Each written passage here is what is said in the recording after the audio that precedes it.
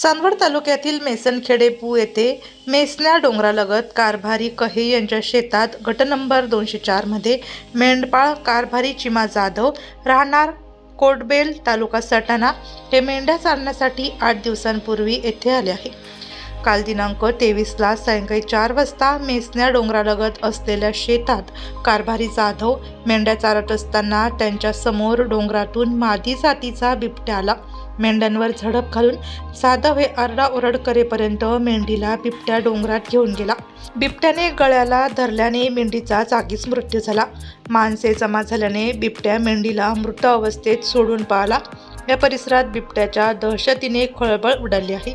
जाधव यांनी मेंढ्यांवर बिबट्याने हल्ला केल्याची माहिती महाराष्ट्र राज्य सरचिटणीस मच्छिंद्र बिडकर यांना फोनद्वारे दिली व बिडकर यांनी चांदवड वन विभाग यांना कळवले असता मात्र या घटनेला दुसरा दिवस उगवला तरी वन विभागाचे कर्मचारी पंचनामा करण्यासाठी आले नाही। मेसन्या डोंगरालगत असलेले मोतीराम कहे त्यांच्या समोर दिवसा कुत्र्याला उडून नेले व 13 सप्टेंबरला शांताबाई पिंपळे यांच्या शेळीला उडून नेले। या परिसरात साहेबराव कहे गट नंबर 215 मध्ये पिंजरा लावण्यात आलेला आहे, मात्र पिंजऱ्यांची संख्या वाढवण्यात यावी अशी मागणी होत आहे। या परिसरात एकच बिबट्या नसून 2 ते 3 बिबट्या आहे स्थानिक रहिवाशांच्या निदर्शनास आले आहे। यावेळी महाराष्ट्र राज्य सरचिटणीस मच्छिंद्र बिडकर, मेसनखेडे पोलीस पाटील अनिल ठोंबरे, मेसनखेडे पोलीस पाटील मथुराबाई समाधान कहे, कारभारी कहे उत्तम ठोंबरे समाधान कहे, प्रदीप कहे, नाना कहे, गंगाराम जाधव, सुनील आचपळे आदी उपस्थित होते। तालुका चांदवड, महाराष्ट्र राज्य धनगर समाज महासंघ मल्हार सेनेचा राज्याचा सरचिटणीस। आता मी ह्या स्पॉटवरती ही पाठीमाग डोंगर रांगची आहे, ही मेसनखेडे शिवार चांदवड तालुक्यातलं आणि इथं सटाणा तालुक्यातील कोडबेलचे जाधव कंपनी त्यांचं ही मेंढपाळांचा वाडा।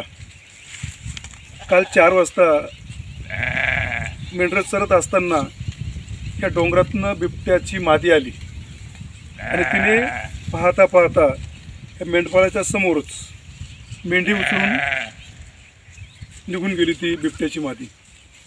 कारण की ती मादी का म्हणतो आम्ही, ती गरोदर आहे, तिचं खूप मोठं पोट आहे, अशा कारणास्तव तिला मादी म्हटलं जातं आहे। आणि काल 4 वाजेपासून वन विभागाचे कर्मचारी इथं मला वाटतं कोणतरी सावळे की साबळे मॅडम आहे, त्यांच्याशी मी स्वतः संपर्क केला। 5 ते 6 वेळेला संपर्क करूनही त्या म्हटलं आता उशीर होतोय। मी म्हटलं ठीक आहे, सकाळी 8पर्यंत यावं आणि आपण स्पॉटवरती पंचनामा करून काय असेल ती पुढली कार्यवाही करूया।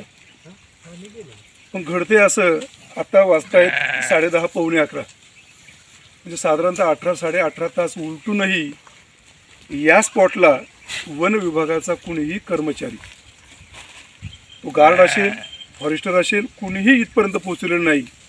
हा खेद मी माझ्या संघटनेच्या वतीनं मी मांडतोय आणि कदाचित मला असा जर प्रकार घडत असेल तर रस्त्यावर उतरण्याची वेळ वन विभाग जर आणणार असेल तर त्याला जबाबदार वन विभाग राहील।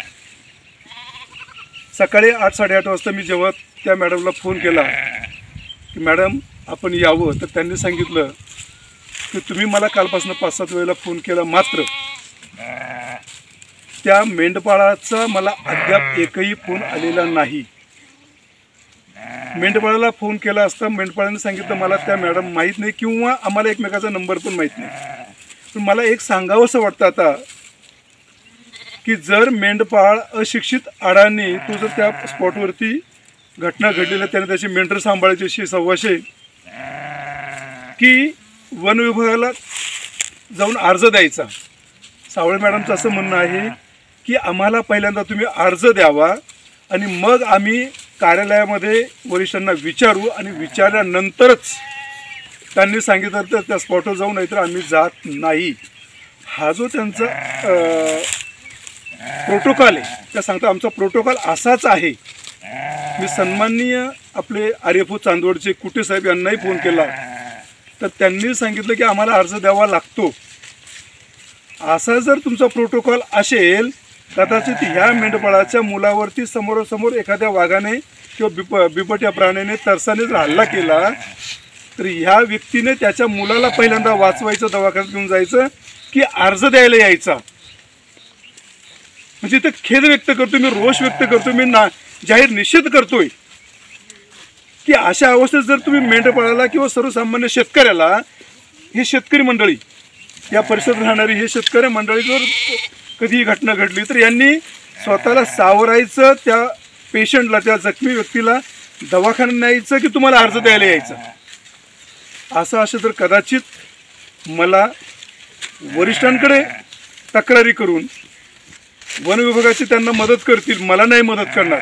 पण मी माझ्या पद्धतीने आमदार साहेब सन्माननीय किंवा या खात्याचे सन्माननीय मंत्री साहेब यांना प्रत्यक्ष भेटून जर असा कायदा असेल तर त्याला शिथिल व्हावं, शिथिल करावा तो कायदा, किंवा हे जर स्वतःची कातडी बचवण्याचा प्रयत्न करत असतील तर कदाचित हे मी स्वतः तरी माझी संघटना खपवून घेणार नाही.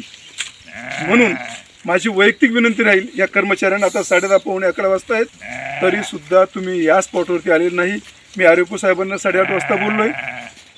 त्यानंतर या परिसराचे जे फॉरेस्टर आहे गायकवाड साहेब, त्यांच्याशीही मी बोललो आहे आणि या दोघांनीही आत्ता 10:30 पावणे 11 वाजता आहेत, तरी इथं हजेरी लावलेली नाही आहे. मोजून 18.5 तास झालेले या स्पॉटला ही घटना घडायला. कारण की डोंगरात असलेला हा जो समाज आहे यांच्यावरती जर तुम्ही अशा पद्धतीने वागणूक करणार असाल तर कदाचित आम्हाला योग्य तो निर्णय घेऊन रस्त्यावरती उतरावं लागेल. त्यासाठी शासन, प्रशासन याला जबाबदार राहील आणि वन विभागाने आपली स्वतःची कातडी बचवण्याचा प्रयत्न करू नये, या अशी मी विनंती करतो. वन विभागाच्या कर्मचाऱ्यांनी वेळोवेळी कुणीतरी संबंधित कुणीतरी, त्या शेतकरी असेल, शेजारी पाजारी असेल, त्याने जर फोन केला असेल की इथं बिबट आलाय, इथं तरसं आलेलं आहे, इथं कोणतरी हिंस्र प्राणी आहे, तर त्याला मदत करण्यासाठी तुम्ही तात्काळ रात्री बेरात्री या, असं माझं म्हणणं नाही. पण कमीत कमी जर 18.5 तास उलटून जात आहे, जर तुम्ही येणार नसाल तर याच्यासारखी खेदजनक गोष्ट दुसरी कोणतीच नाही. म्हणून मी आज इथं अगदी खेद व्यक्त करतोय, मी निषेध व्यक्त करतोय माझ्या संघटनेच्या वतीनं की असला प्रकार होणार असेल तर कदाचित येत्या 4-2 दिवसामध्ये मी माझ्या पद्धतीने माझ्या संघटनेच्या अध्यक्षांशी, संस्थापक अध्यक्ष माननीय नामदार, माजी नामदार अण्णासाहेब डांगे यांशी मी बोलून हा निर्णय वेळेवर घेतो आणि या राज्याचे मुख्यमंत्री आदरणीय देवभाऊ फडणवीस यांच्याशी मी वैयक्तिक कॉन्टॅक्ट करतो आणि आमचे समाजाचे आमदार आदरणीय गोपीचंदजी पडळकर असतील, या तालुक्याचे आमदार सन्माननीय राहुलदादा आहेर असतील, यांच्याशी मी संपर्क करतो आणि आमच्या ह्या मेंढपाळ बांधवांना न्याय कसा मिळेल याकडे मी लक्षवेधी करण्याचा प्रयत्न करेल. कदाचित हा प्रश्न मी असेंब्लीमध्ये विचारण्यासाठी मी प्रवृत्त करेन, यात शंका नाही. धन्यवाद.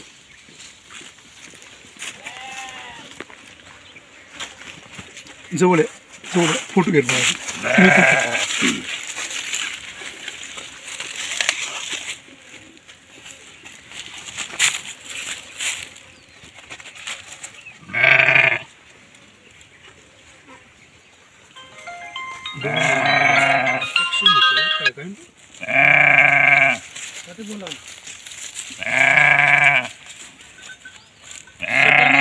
सट्ट्यानं चालू